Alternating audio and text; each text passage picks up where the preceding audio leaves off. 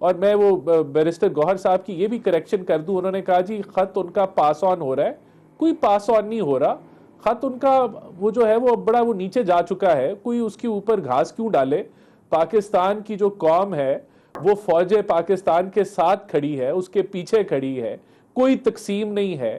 اور جو یہ مقبولیت کا نعرہ لگا رہے ہیں کہ چاروں صوبوں میں سب سے مقبول ہے, بھائی اس کا فیصلہ اب 2029 میں ہونا ہے, اس کا فیصلہ آج تو نہیں ہونا نا. آپ گن گاتے رہے اپنی مقبولیت کے یا جو مرضی کلیم رانا صاحب وہ یہ کہہ رہے ہیں فیصلہ 2029 میں ہونا ہے. وہ کہہ رہے ہیں 2024 میں جو فیصلہ ہوا اس کو آپ نے طاقت کے زور پر کچل دیا. ان کا آرگیومنٹ بائی اینڈ لارج یہ ہوتا ہے کہ اس کا تو آپ نے نتیجہ مانا ہی نہیں, اور ہمیں نئی ٹرک کی بتی 2029 میں پیچھے لگا دی ہے.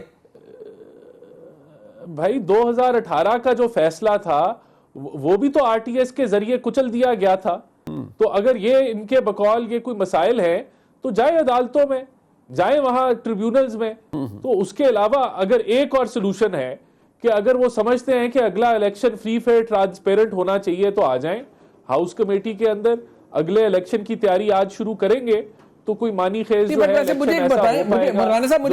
قابل قبول ہوگا. سر یہ بتائیں رانا صاحب کہ دیکھیے آج میں نے مریم نواز شریف صاحبہ وزیر اعلیٰ پنجاب ہیں, وہ فرما رہی ہیں کہ آج دیکھیے مکافات عمل ہے, عمران خان میرے پاس یہاں پنجاب میں اڈیالہ جیل میں قید ہیں, لیکن میں نے کبھی نہیں پوچھا کہ ان کو کھانا ملتا ہے یا نہیں ملتا یا ان کا کیا مسائل ہیں. حالت یہ ہے, میں تو بحیثیت صحافی خبر دے رہا ہوں نا, کہ ان کی بتی بھی بند ہوتی ہے, ان کو پچھلے دنوں کھانے کے بھی بڑے شدید مسائل آئے ہیں, ان کو ٹھیک ٹھاک 1 مہینہ تو بہت تنگ کیا گیا ہے. مسئلہ یہ ہے کہ بار بار کہا جاتا ہے کہ مریم نواز شریف صاحبہ کی بات سے یہ لگتا ہے کہ وہ بہت طاقتور وزیر اعلیٰ ہیں, اور لیکن پھر بھی انہوں نے اس طرف دھیان نہیں دیا کہ کس کو کیا کھانا مل رہا ہے. لیکن ادھر تحریک انصاف کہتی ہے کہ آپ کی حکومتیں تو کٹ پتلی ہیں, صبح 7 بجے اڈیالہ جیل کھلتا ہے, آپ کو پتہ نہیں ہوتا, آپ مذاکراتی کمیٹی کی ملاقات عمران خان صاحب سے نہیں کروا سکتے, آپ کی حکومتوں کی تو یہ حالت ہے اور یہ اختیار ہے. تو یہ پھر آپ کیسے اتنے بلند و بانگ دعوے کر لیتے ہیں کہ جی ہم عمران خان کو کوئی تنگ نہیں کر رہے جیلوں کے اندر؟ اگر انہوں نے تنگ ہونا ہے یا نہیں ہونا وہ آپ کے اختیار میں تو نہیں ہے. دیکھیں بات یہ ہے کہ خان صاحب کی حکومت کتنی طاقتور تھی آج تو سب کو پتا ہے نا, لیکن جتنے بھی وہ طاقتور یا کمزور تھے جب وہ پرائم منسٹر تھے تو ان کی سوئی تو اپوزیشن کو رگڑا نکالنے پہ ہی لگی ہوئی تھی نا. وہ تو وہیں فوکس تھے, وہ تو امریکہ جا کے بھی کہتے تھے میں نے اے سی چھین لینا ہے. تو آج ہمارے پہ یہ دعویٰ کر رہے ہیں کہ ہم کٹ پتلی ہیں اور فلانا ہے. تو الحمدللہ اس کٹ پتلی حکومت بقول پی ٹی آئی کے, اس نے ڈیفالٹ سے ملک کو جو ہے وہ نکال کے ترقی کی راہ پہ ہم لے آئے. اور جتنی مرضی آپ بحث کرتے رہیں, جو کنزیومر پرائس انڈیکس ہے یا جس کو مہنگائی کی شرح کہتے ہیں, اس کی کوئی جو ڈیفینیشن ہے وہ تبدیل ہو گئی ہے. عمر ایوب صاحب آپ سب کو اور تھی آج کوئی اور ہے. نہایت احترام کے ساتھ عمر ایوب صاحب آپ سب کو جھوٹا کہہ چکے ہیں, کہتے ہیں بہت بڑے جھوٹے ہیں, یہ جھوٹ بولتے ہیں. چلیں اب وہ انہوں نے 71 کی بھی بات کی نا, کہ اس سے پہلے بھی اسی طرح کی دیکھیں ہمارے کہنے کی بات نہیں ہے. اگر موڈیز اور فچ جو ہے وہ کریڈٹ ریٹنگ بہتر کر رہا ہے تو وہ بھی جھوٹ بول رہا ہے. اگر آئی ایم ایف کی ہیڈ جو ہے جو ایک انہونی ٹویٹ کرتی ہے, جو پاکستان کی آئی ایم ایف کے 24 پروگرام جو ہیں وہ ہو چکے ہیں, 24ویں میں ہم ابھی ہیں, کہ کبھی نہیں ایسی ٹویٹ کی کہ کہتی ہے اچھا جا رہا ہے پروگرام, حکومت جو ہے وہ ریفارم کے ایجنڈے پہ چلی ہوئی ہے. تو یہ ہم کہہ رہے ہیں اگر روپیہ جو ہے وہ مستحکم ہے تو وہ کیا کہتے ہیں ہمارے کہنے سے ہو رہا ہے, وہ ہے سب دیکھ رہے ہیں. اور اگر مہنگائی کی شرح 2.4% ہے تو اس کی جو ڈیفینیشن ہے وہ تو وہی ہے, وہی باسکٹ ہے, وہ 40% رانا صاحب میرے ساتھ رہیے, ڈیفالٹ ہو جائے گا. رانا صاحب آپ میرے ساتھ رہیے گا. چوہے صاحب بات یہ ہے کہ آپ بے شک انہیں کٹ پتلی کہیں, آپ جو مرضی نام دیں, دیکھیں ملک ترقی کر رہے ہیں, معاشی اشاریے بہتر ہے. دیکھیے ورلڈ بینک کے ایگزیکٹو ڈائریکٹرز 8 آ رہے ہیں, 20 سال بعد پاکستان, ان کا وفد پاکستان آ چکا ہے. آئی ایم ایف کی سربراہ کی ٹویٹ انہوں نے بتائی رانا صاحب نے. مسئلہ یہ ہے کہ عمران خان صاحب کے پاس بے شک تجربہ, میں تو نہیں ڈینائی کر سکتا, بلکہ وہ سابق وزیر اعظم ہیں, تجربہ کار شخصیت ہیں, لیکن ان کے تجربے سے کوئی فائدہ نہیں اٹھانا چاہتا. وہ اس لیے کہ جب تک آپ اپنے مسائل ٹھیک نہیں کریں گے تجربے سے فائدہ کوئی نہیں اٹھائے گا, بلکہ کوئی بات بھی نہیں کرے گا آپ سے. دیکھیں سب سے پہلی تو بات یہ ہے کہ یہ خود رانا صاحب تسلیم کر گئے جب انہوں نے کہا کہ 24 کے الیکشنز میں ہم نے 18 والا الیکشن اختیار کیا, وہ طریقہ کار اختیار کیا. ہم نے ایک الیکٹڈ ریپرزینٹیٹیوز کو ان کا حق حکمرانی نہیں دیا. ان کے ایڈمیشن کے بعد تو اس پہ بات کرنا میرے خیال میں کوئی اتنی بڑی بات نہیں ہے, کیونکہ جب خود بندہ تسلیم کر لے